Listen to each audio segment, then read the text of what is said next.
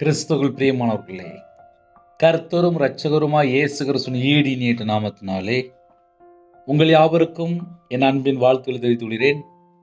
தேவன் அருளிய அப்பம் பிரேயர் மினிஸ்டர் மூலியமாக உங்களோடு சந்திப்பதில் மிகுந்த மகிழ்ச்சி அடைகிறேன். தினம்தோறும் அதிகால வேளையிலே பரிசுத்த வேதத்தில் நாம் ஒரு பகுதி தியானித்து நம்முடைய குடும்ப பாதுகாப்பிற்காக நாம் ஜெபித்து வருகிறோம்.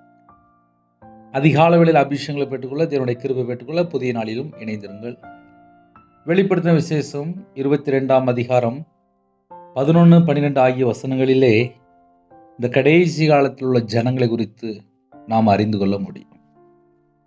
அநியாயம் செய்கிறவன் இன்னும் அநியாயம் செய்யட்டும், அசுத்தமாயிருக்கிறவன் இன்னும் அசுத்தமாயிருக்கட்டும், நீதி உள்ளவன் இன்னும் நீதி செய்யட்டும், பரிசுத்தமுள்ளவன் இன்னும் பரிசுத்தமாகட்டும். இதோ சீக்கிரமாய் வருகிறேன், அவனவனுடைய கிரியைகளின்படி அவனவனுக்கு நான் அளிக்கும் பலன் என்னோட கூட வருகிறது. ஹல்லேலூயா. கிறிஸ்துவுக்குள் பிரியமானவர்களே, 4 விதமான ஜனங்கள் தேசத்துக்குள்ளே இருப்பாங்க. அந்த 4 விதமான ஜனங்கள் எப்படிப்பட்ட ஜனங்கள் அப்படின்னா, ஒரு பக்கம் அநியாயம் செய்கிற ஜனங்கள், இன்னொரு பக்கம் அசுத்தமாக வாழிற ஜனங்கள், இன்னொரு பக்கம் நீதியுள்ள ஜனங்கள், இன்னொரு பக்கம் பரிசுத்தமுள்ள ஜனங்கள். இந்த 4 விதமான ஜனங்கள் கடைசி நாளிலே கர்த்தர் நியாயம் விசாரிப்பார். இதோ சீக்கிரமாய் வருகிறேன், அவனவனுடைய கிரியைகளின்படி அவனவனுக்கு நான் அளிக்கும் பலன் என்னோட கூட வருகிறது. கையில் பைபிள் எடுத்து வாசித்து பார்த்ததில் விக்கிரகம் அசுத்தம் என்று எழுதப்பட்டிருக்கு. நிறைய காரியங்கள் பைபிள் எழுதப்பட்டிருக்கு. ஒரு குடும்பம் அநியாயமாக வாழும்போது கர்த்தரை விட்டு முதல்ல தள்ளி போயிருந்தாங்க. வெளிச்சத்தின் பிள்ளைகளா இல்லாமல் இருளுக்குள்ளே போயிருந்தாங்க. அநியாயம் செய்யும்போது ஏதோ ஒரு காரியத்தில் கர்த்தரை விட்டு அவங்க தள்ளி போயிருப்பாங்க. அதே மாதிரி ஒரு மனுஷன் அசுத்தத்துக்குள்ளே போகிறான் அப்படின்னா அவன் கர்த்தரை விட்டு எங்கேயோ தள்ளி போயிட்டு இருப்பான். இன்னைக்கு நிறைய குடும்பத்தில் அதுதான் நடந்துட்டுருக்கு. ஞாயிற்றுக்கிழமை சர்ச்சுக்கு போகிற பிள்ளைகள் தான் கையில் செல்ஃபோன் வந்ததுக்கப்புறம் செல்ஃபோன் 7 நாளுமே எத்தனை மணி நேரம் கையில் வச்சுருக்குறாங்க, அதை எவ்வளோ பத்திரமா பாதுகாத்து கொள்கிறாங்க அப்படின்னு சொல்லி பார்த்தா 7 நாளுமே பத்திரமா பாதுகாத்து கொள்கிறாங்க. இதே உங்களுக்கு நான் காலையில் சொல்லித்தரேன் அப்படின்னா அதில் ஏகப்பட்ட காரியம் இருக்குது. எனக்கு ஒரு சகோதரி வெளிநாட்டிலிருந்து தொடர்பு கொண்டாங்க, கண்ணீரோடு தொடர்பு கொண்டாங்க. என்னன்னு சொல்லி கேட்கும்போது, வெளிநாட்டுக்கு போன இடத்துல கர்த்தரை விட்டு தள்ளி போயிட்டாங்க, வாழ்க்கை கண்ணீராக மாறிவிட்டது. கண்ணீரோடு தொடர்பு கொண்டாங்க. நான் கேட்டேன், நீங்கள் சர்ச்சுக்கு போகிற மகளா அப்படின்னு சொல்லி கேட்டேன். ஆமாம் அப்படின்னாங்க. இப்போ நீங்கள் வெளிநாட்டுக்கு போய் எத்தனை மாதம் ஆச்சு? 3 மாதம் ஆச்சு. 3 மாதம் தான் ஆச்சா? ஆமாம். உங்கள் கையில் பைபிள் இருக்கா அப்படின்னு சொல்லி கேட்டேன். எல்லாமே வெளிநாட்டுக்கு கொண்டு போனாங்க, ஆனால் பைபிளை மட்டும் எடுத்துகிட்டு போகல. அப்போ கேட்டேன், நீங்கள் எப்போ ரட்சிக்கப்பட்டீங்க அப்படின்னு கேட்டேன். நான் பிறந்ததுலேருந்து சர்ச்சுக்கு போகிற மகள் தான், எங்கள் வீட்டுக்கு ஒரே மகள் தான். வெளிநாட்டில் வேலைக்காக வந்தேன், வந்த இடத்துல என்னோடய வாழ்க்கை கண்ணீராக மாறிவிட்டது. எல்லாத்தையும் வெளிநாட்டுக்கு கொண்டு போனாங்க, ஆனால் பைபிளை மட்டும் கொண்டு போகல. இதே உங்களுக்கு நான் ஒரு வேதனையோடு சொல்கிறேன் அப்படின்னா, படிக்கிற மகளாக இருக்கலாம், காலேஜ் படிக்கிற மகளாக இருக்கலாம், வாலிப பையங்களாக இருக்கலாம், வேறு இடத்துல தங்கி இருந்து வேலை பார்த்துட்டு இருப்பாங்க, வேறு நாட்டில் வேறு இடத்துல தங்கி இருப்பாங்க. நீங்கள் இருக்கிற இடத்துல பைபிள் இருக்கா? தேவனோட வார்த்தைக்கு கீழ்ப்படுகிறதுக்கு 24 மணி நேரத்தில் நம்ம என்ன முயற்சி எடுக்கிறோம்? ஏன்னா இன்னைக்கு கடைசி காலத்தில் நமக்கு ஆலோசனை சொல்றதுக்கு எல்லாரும் தள்ளி போயிட்டாங்க. செல்போன் மட்டும்தான் பக்கத்தில் இருக்கு. வயசான அம்மா கையில் செல்ஃபோன் பல மணி நேரம் பார்க்குறேன். என்னன்னு கேட்டால் புதுசு புதுசாக செய்தி கேட்குறேன் அப்படிங்கிறாங்க. ஆனால் ஒரு 10 வருஷம் 20 வருஷம் 30 வருஷம் முன்னாடி நல்ல கையில் பாட்டு புக்கு எடுத்து பல மணி நேரம் பாட்டு படித்தவங்க தான் இன்னைக்கு செல்ஃபோனில் இருக்கிறாங்க. நிறைய சர்ச்சில், நிறைய பலிபீடத்தில், நிறைய விசுவாசிகள், நிறைய போதகர்கள் இந்த கடைசி காலத்தில் செல்ஃபோனோட தான் இப்போ அப்படிப்பட்ட காலத்துக்குள்ள நம்ம போயிட்டுருக்குறோம். இப்போ தேவனர்களே அப்போ மினிஷன் ஆன்லைன் மூலிமா செய்தி அனுப்பிட்டுருக்கோம். யூடியூப்பில் தான் பார்க்குறீங்க. 24 மணி நேரம் வாழ்க்கையில் நம்ம கையில் பைபிள் எடுத்து எவ்வளோ நேரம் வாசிக்கிறோம்? எனக்கும் தேவனுக்கும் உள்ள தொடர்பு எப்படி இருக்கு? பரிசுத்தம் உள்ளவன் இன்னும் பரிசுத்தம் ஆகட்டும் சொல்லி போட்டிருக்குல்ல. சத்தியத்தை அறிவீர்கள், சத்தியம் உங்களை விடுதலையாக்கும். நம்ம வாழ்க்கையில எத்தனையோ பகுதி இருக்கு. இப்ப என் வாழ்க்கையில நான் சொல்ல முடியும். நான் 2015 கண்ணீரோடு பைபிள் எடுத்து வாசிக்க ஆரம்பிச்சேன். அந்த நாள்ல இருந்து இந்த நாள் வரைய எத்தனை ஸ்டெப்பு, இன்னும் எவ்வளவு காரியம் இருக்கு. இன்னும் ஆவிக்குரிய வாழ்க்கையில நான் வளரணும் அப்படின்னா இன்னும் எவ்வளவு நான் பைபிள் வாசிக்கணும், இன்னும் எவ்வளவு தியானிக்கணும். இதெல்லாம் நான் உட்காந்து யோசித்து பார்ப்பேன். பரிசுத்தமா இருக்கிறவன் இன்னும் பரிசுத்தமாகட்டும் சொல்லி போட்டிருக்கு. நீதி உள்ளவன் இன்னும் நீதி செய்யட்டும். அதனால கால வேளையிலே யாரெல்லாம் கர்த்தருடைய பிள்ளைகள் இணைந்திருக்கிறீங்களோ, நம்ம எந்த அளவுக்கு கையில பைபிள் எடுத்து வாசித்து பார்க்கிறோம். உம்முடைய வசனமே சத்தியம், வசனம்தான் சத்தியம். சத்தியத்தினால அவர்களை பரிசுத்தமாக்கும். அப்ப நம்ம எப்படி பரிசுத்தமாறோம்? வசனத்தினால பரிசுத்தமாக்கப்படுகிறோம். செல்போன் 8 மணி நேரம் பார்க்குறாங்க, பைபிளை 8 நிமிஷம் கூட திறந்து பார்க்க முடியல. ஆனா நான் எனக்கு இயேசு ரொம்ப பிடிக்கும், நான் சர்ச்சுக்கு போகணும்னு சொல்லி நிறைய காரியம் சொல்லிடுவாங்க. ஆனால் கையில பைபிள் எடுத்து என்னோட சமூகத்திலே எந்த அளவுக்கு நம்ம தாழ்த்தி, எந்த அளவுக்கு நம்ம புதுப்பிக்க போடுறோம். இதோ சீக்கிரமாய் வருகிறேன், சீக்கிரமாய் வருகிறேன்.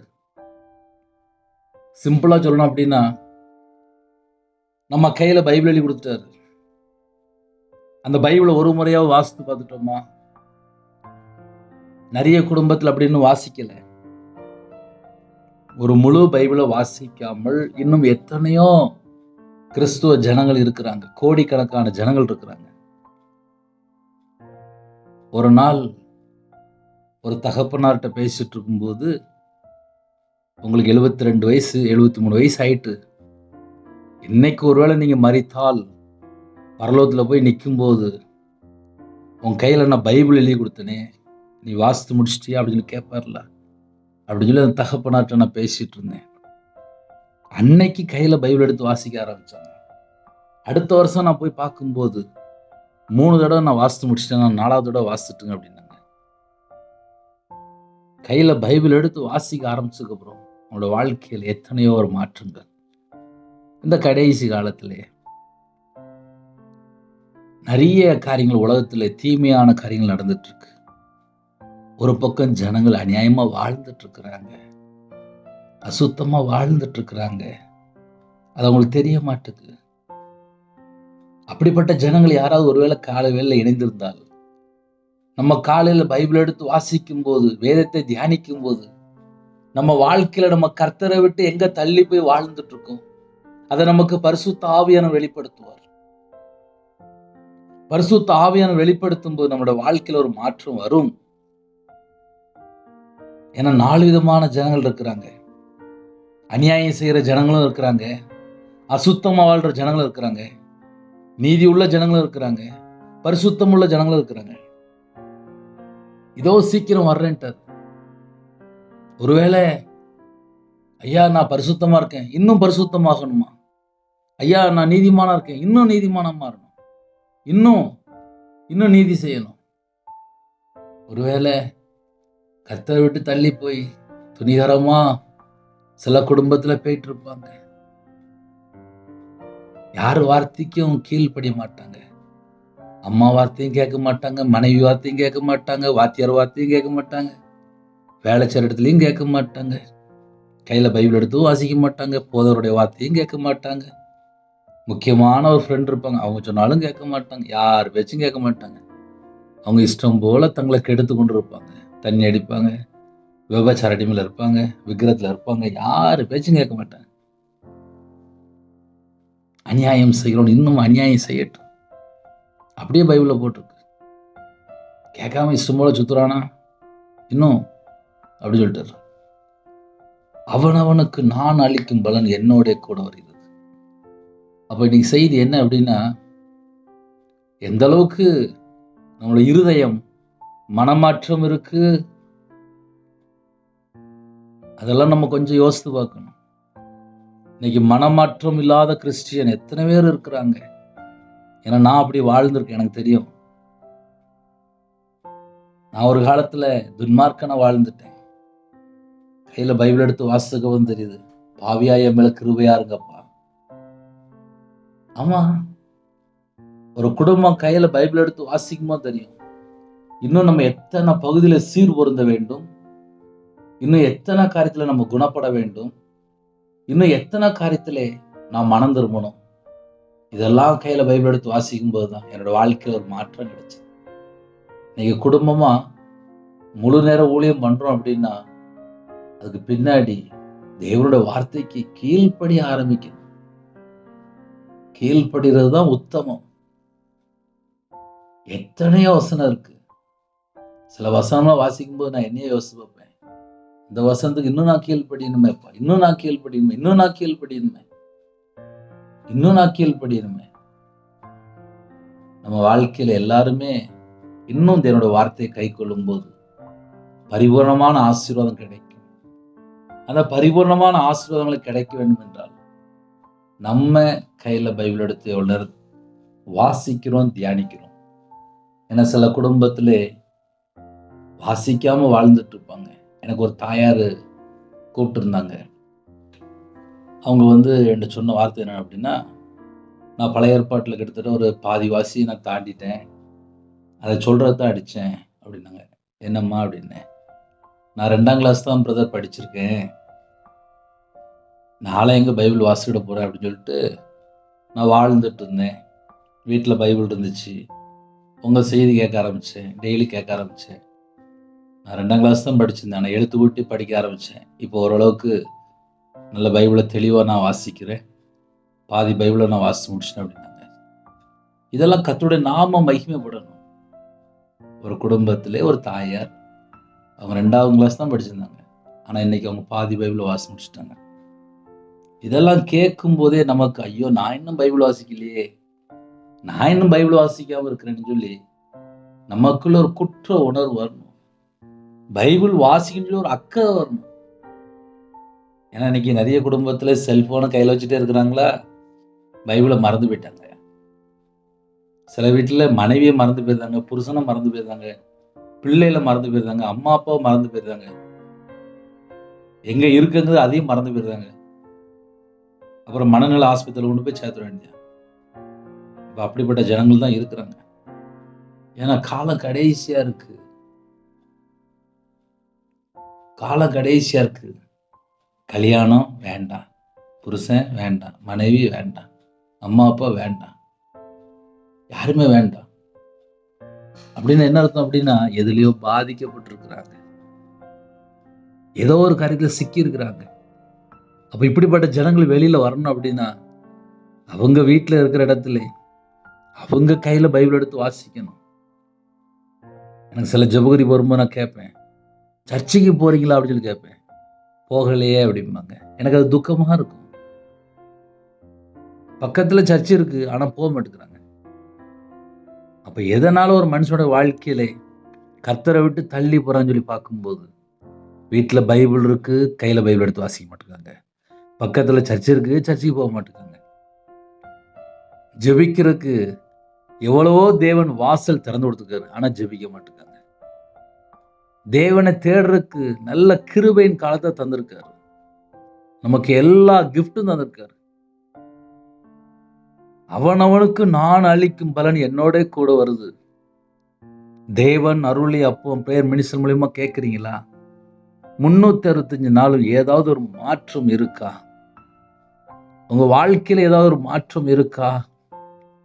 ஐயா, நான் இன்னைக்கு செய்தி கேட்டேன், எனக்கு இந்த வார்த்தை தொடப்பட்டுச்சு, நான் இப்ப மனம் திரும்பிட்டு இருக்கேன், இப்ப நான் கர்த்தர் பக்கம் மனம் திரும்பிட்டேன், நான் ரட்சிக்கப்பட்டுட்டேன், இப்ப நான் பாவத்துக்குள்ள போல, இப்ப நான் பாவத்துல இருந்து நான் வெளியில வந்துட்டேன், எனக்கு இயேசு மன்னிச்சிட்டாரு, இப்ப நான் மனம் திரும்பி வாழ்ந்துட்டு இருக்கேன், நான் கர்த்தருக்காக வாழ்ந்துட்டு இருக்கேன், இப்ப நான் சுவிசேஷம் அறிவிக்கிறேன், இப்ப நான் அவருக்காக வாழ்ந்துட்டு இருக்கேன், அப்படி சொல்ல முடியுமா? ஏன்னா என் வாழ்க்கையிலலாம் நான் கர்த்தரை விட்டு தள்ளி போய் வாழ்ந்தாரு. நான் விக்கிரத்துக்குள்ள இருந்தேன், மாந்திரியத்துல கட்டப்பட்டிருந்தேன், துன்மார்க்கமான வாழ்க்கையா இருந்துச்சு.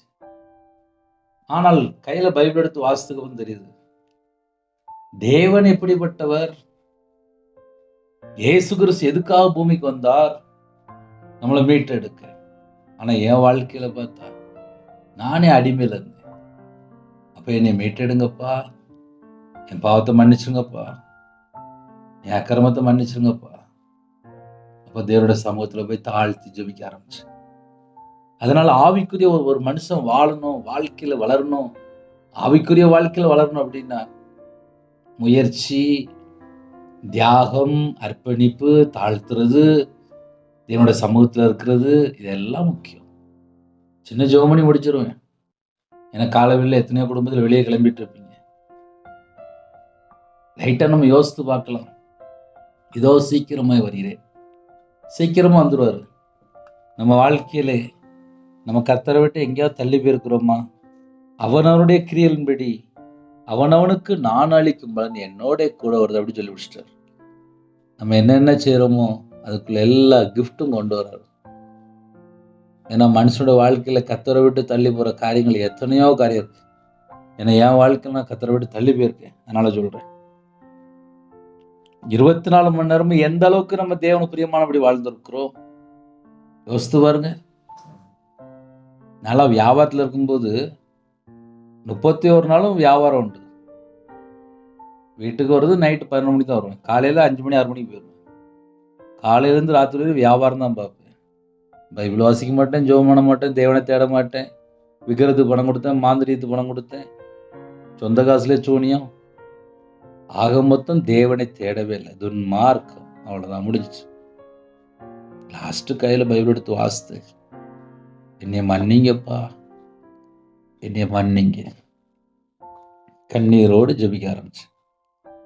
இதையே அவங்களுக்கு சொல்லித்தரேன் அப்படின்னா, அநியாயம் செய்கிறோன்னு இன்னும் அநியாயம் செய்யட்டும் சொல்லி போட்டிருக்கு. அநியாயம் செஞ்சு எங்கே போவான்? நரகத்துக்கு போயிடுவான். அசுத்தமாக இருக்கான், இன்னும் அசுத்தமாக இருந்தால் என்ன ஆகும்? அவன் நரகத்துக்கு போயிடுவான். அப்போ இந்த செய்தியை கேட்டுக்கணும் தேவ ஜனம், கர்த்தர் பக்கம் வர்றது தான் பேசிட்டு இருக்கிறோம். போதும், இந்த பழைய வாழ்க்கை போதும், இந்த மாம்சத்தினுடைய கிரியைகள் இனிமேல் வெளியே வரக்கூடாது, அந்த ஜென்ம சுபாவம் வெளியே வரக்கூடாது. இந்த பழைய காரியங்கள், தேவையில்லாத ஃப்ரெண்டு, தேவையில்லாத காரியங்கள், அது கூட வந்துச்சு அப்படின்னா அது அவங்கள அழிச்சிரும், அவங்கள கொன்றும். யாரெல்லாம் இந்த செய்தி கேட்குறீங்களோ, எனக்கும் தேவனுக்கும் உள்ள தொடர்பு எப்படி இருக்கு? அதான் புதிய சிருஷ்டி, அதான் புதிய வாழ்க்கை, புது ஆவி, சதையான இருதயம். அப்போ நம்ம வாழ்க்கை இயேசு கிறிஸ்துவோடு இருக்கும்போது ஆசீர்வாதமாக இருக்கும். ஏன்னா என்னோட வாழ்க்கையில் நான் சாபத்திலே வாழ்ந்திருக்கேன். ஆசீர்வதிக்கப்பட்டதுக்கு அப்புறம் ஒரு மனுஷனோட வாழ்க்கை எப்படி இருக்கு, ரெண்டையுமே நான் டேஸ்ட் பார்த்துருக்கேன். ஒருத்தன் கிறிஸ்துவுக்குள்ள இருந்தா எப்படி ஆசீர்வதிக்கப்படுறாங்க, அதே நேரத்தில் கிறிஸ்துவை விட்டு ஒரு துன்மார்க்கமான வாழ்க்கைக்குள்ள போகும்போது எப்படி சாபத்தில் இருக்கிறாங்க. நான் ரெண்டையுமே பார்த்துருக்கேன். அதுதான் நான் மறுபடியும் சொல்றேன். நான் சாபத்திலையும் வாழ்ந்திருக்கேன், ஆசீர்வதிக்கப்பட்டவர் எப்படி இருக்கேன், நான் அதையும் பார்த்துருக்கேன். ஒரு குடும்பத்துக்குள்ளே அநியாயம் வீட்டில் நடக்கும்போது, அநியாயம்னா என்னன்னு தெரியுமா? சொல்லித்தரேன். சில குடும்பத்தில் சொத்தெல்லாம் எழுதி வாங்கிடுவாங்க. இல்லை மாமியார் வீட்டில் சொத்தை ஃபுல்லாக மொத்தமாக எல்லாத்தையும் வாங்கிடுவாங்க. ஈவு இறக்கமே இருக்காது, அவ்வளோத்தையும் பிடிங்கிட்டு விட்டுருவாங்க. சில வீட்டில் அம்மா அப்பாவை கவனிக்காம வீட்டை விட்டு வெளியே அனுப்பிடுவாங்க. சில வீட்டில் மாமியார் இல்லைன்னா அம்மா மாதிரி இருப்பாங்க, அவங்கள கவனிக்க மாட்டாங்க, அவங்கள நேசிக்க மாட்டாங்க. இப்படி இது எல்லாமே அநியாயம் தானே. அப்புறம் ₹1 பொருளை ₹2 வைக்கிறது, அதிகமான லாபத்தை விற்கிறது, ஐஸ்வர்யத்தை சம்பாதிக்கிறதுக்காக பண ஆசையில போய் விழுந்துருவாங்க. அதுக்கப்புறம் அவங்களோட வாழ்க்கையில இயேசு எப்படி கூட இருப்பாரு? அநியாயம் செய்யும்போது எப்படி இயேசு கூட இருப்பாரு? அடுத்த ஆளுக்குள்ள வேலையை லஞ்சம் கொடுத்து வாங்குறது, இல்லைன்னா லஞ்சம் வாங்குறது, இதெல்லாம் அநியாயம் தானே. அதனால கால வேளையில இணைந்துக்கிற குடும்பங்கள் கர்த்தரை விட்டு தள்ளி போயிருந்தால் மனம் திரும்பி கர்த்தர் பக்கம் வந்தா நம்ம குடும்பம் ஆசீர்வாதமா இருக்கும்.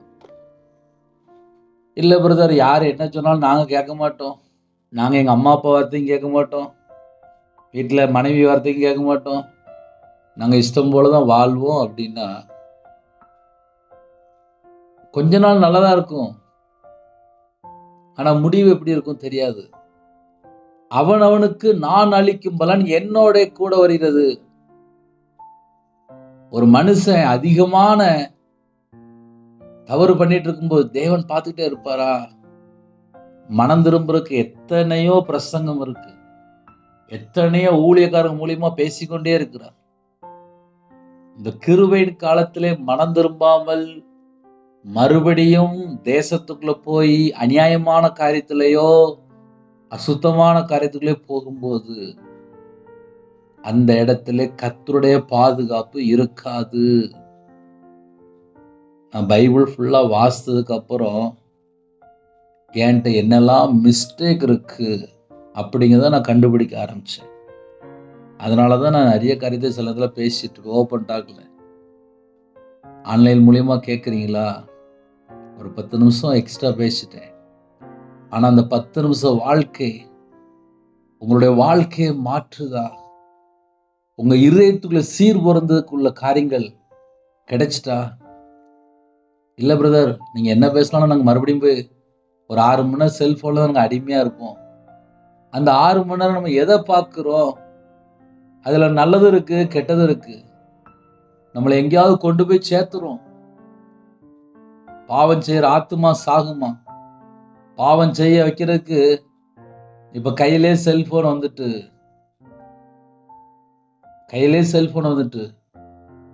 ஒரு காலத்துல வீட்டுல அம்மா அப்பா ஏசுவாங்க, எல்லாம் அங்க போகாத, எல்லாம் அங்க போகாத அப்படிம்பாங்க.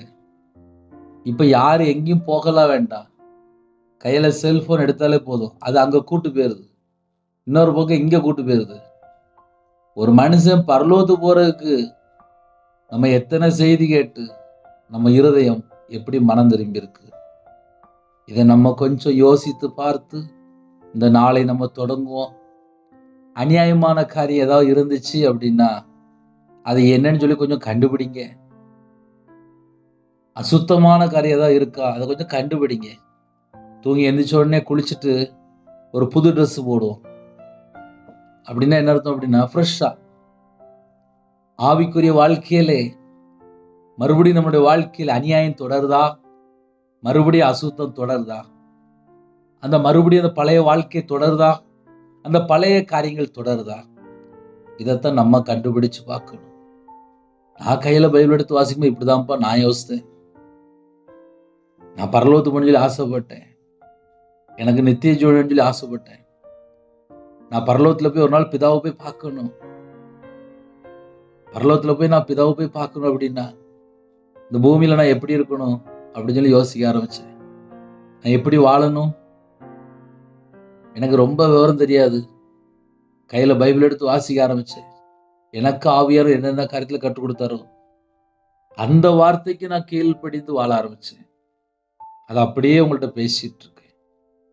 அதனால காலை வேளையில இணைந்துக்கிற குடும்பங்கள் 24 மணி நேரத்துல நம்ம கூட இருக்கிற நபர்கள் யாரு, நம்ம பழகிற நபர்கள் யாரு, நம்மள்ட்ட தேவையில்லாம பேசுற நபர் யாரு, அடிக்கடி பேசுற நபர் யாரு, அடிக்கடி வீட்டுக்கு வரக்கூடிய நபர் யாரு, அடிக்கடி நம்ம இன்னொரு ஆள்கிட்ட தொடர்பு கொள்ற அந்த நபர் யாரு, இதெல்லாம் கொஞ்சம் யோசித்து பாருங்க. அநியாயமான காரியம், அசுத்தமான காரியம் ஏதாவது இருக்கா, அதை கொஞ்சம் எடுத்து போட்டாச்சு அப்படின்னா நம்ம இன்னும் பரிசுத்தமா வாழ முடியும், இன்னும் நம்ம நீதிமானா வாழ முடியும். ஹல்லேலூயா. ஒரு சின்ன ஜெபம் பண்ணி முடிப்போமா? கண்களை மூடி நாம் ஜெபம் செய்வோம். அன்பின் கர்த்தாவே, நன்றியோடு துதிக்கிறோம், சொல்கிறோம்ப்பா. இந்த நாளுக்காக ஸ்தோத்திரம், கொடுக்கப்பட்ட ஒவ்வொரு வார்த்தைக்காக ஸ்தோத்திரம். இணைந்துகிற குடும்பத்தை உம்முடைய பாதத்தில் அர்ப்பணிக்கிறோம். உம்முடைய இரத்த கோட்டைகளை வேலடைங்க. இந்த நாளிலும் கேட்ட சத்தியத்தின்படி எங்களுடைய வாழ்க்கையிலே அநியாயமான காரியம், அசுத்தமான காரியம் இருந்தால் எடுத்து போட்டுருங்கப்பா. உம்முடைய சத்தத்துக்கு செவி கொடுத்து இன்னும் பரிசுத்தமாக வாழ கிருபை செய்யுங்க. இன்னும் நீதி செய்ய கிருபை செய்யுங்க. இந்த நாளை எங்களுக்கு ஆசீர்வதித்தாங்க. ஜெபிக்கிற குடும்பம் ஆசீர்வதிப்பட்டும். பிறந்த நாள், திருமண நாள் யாரெல்லாம் கொண்டாடுறாங்களோ அந்த குடும்பம் கர்த்தருடைய கரத்தில் அர்ப்பணிக்கிறோம். அவருடைய வம்சத்தை கர்த்தர் ஆசீர்வதிங்க. எல்லா தேச ஜனங்களையும் ஆசீர்வதிங்க. இந்த நாளிலும் எந்த குடும்பத்திலே கடன் மத்தியிலே போராடுறாங்களோ அந்த கடன் பிரச்சனைக்கு ஒரு முடிவு கொண்டு வாங்க. இன்னைக்கு உள்ள தேவைகளை சந்திங்க. கையின் கீழில் ஆசிரிங்க, அப்பத்தின் தண்ணி ஆசிரிங்க. காண்டாமிருத்தது பலனை தாங்க ராஜா.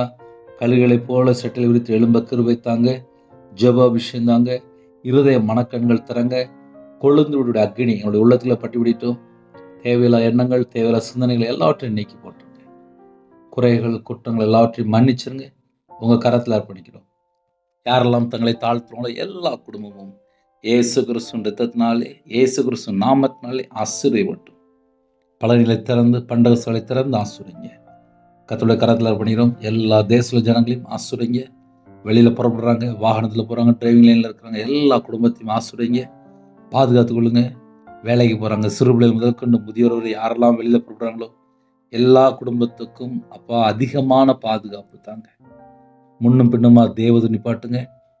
சரீரத்தில் பலவீனத்தோடு படுத்த படுக்கையில், ஹாஸ்பிட்டல், அவசர சிகிச்சையில் எந்த நாட்டுக்குள்ள இருக்காங்களோ கர்த்தருடைய கரம் பிள்ளைகளை தொட்டு சுகமாக்கட்டும்ப்பா. உங்களுடைய தலைமுள்ள கரத்தினால தொட்டு சுகமாக்கித்தாங்க. இயேசுக்கு ரத்தம் இறங்கி வரட்டும்ப்பா. யாரெல்லாம் ஜெபிக்கிறாங்களோ சரீரத்தில் எல்லா பலவீனமும் எல்லாம் நீங்கி போட்டும். எல்லா கட்டிகளும் மறையட்டும். மரண தருவையில் யாரெல்லாம் இருக்காங்களோ உயிர்ப்பிக்கப்படணும். கர்த்தருடைய வல்லமை இறங்கி வரட்டும். யாரெல்லாம் ஜெபிக்கிறாங்களோ புது அபிஷேகத்தினால் நிரப்புங்க. உங்கள் பிள்ளைகளை தொடுங்க. உங்களுடைய கிருபையினால் நிரப்புங்க. எல்லா குடும்பத்தையும் சந்திங்கப்பா. எல்லா குடும்பத்தையும் சந்திங்க.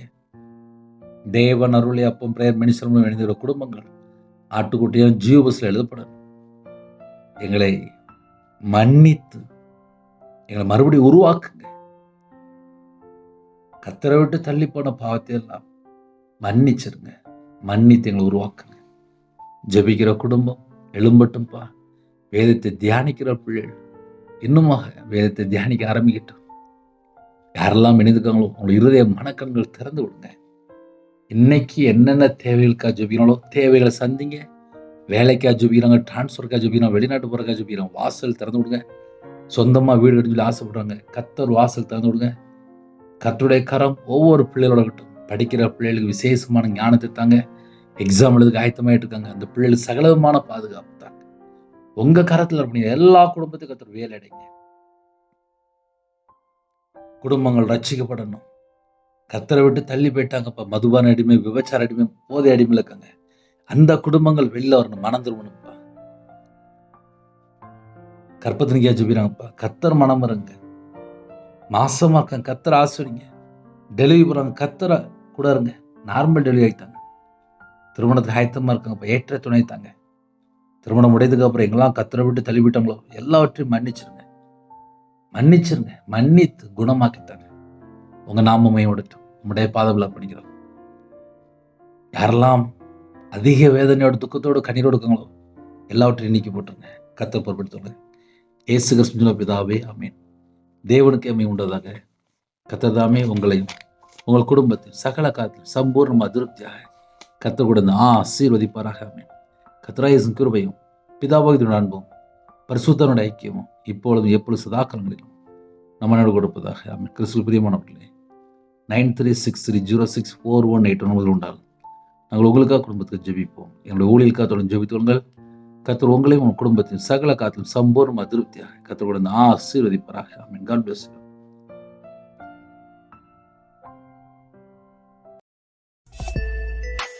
Thanks for watching. Please subscribe our channel. Click the like and share. Click the bell. God bless you.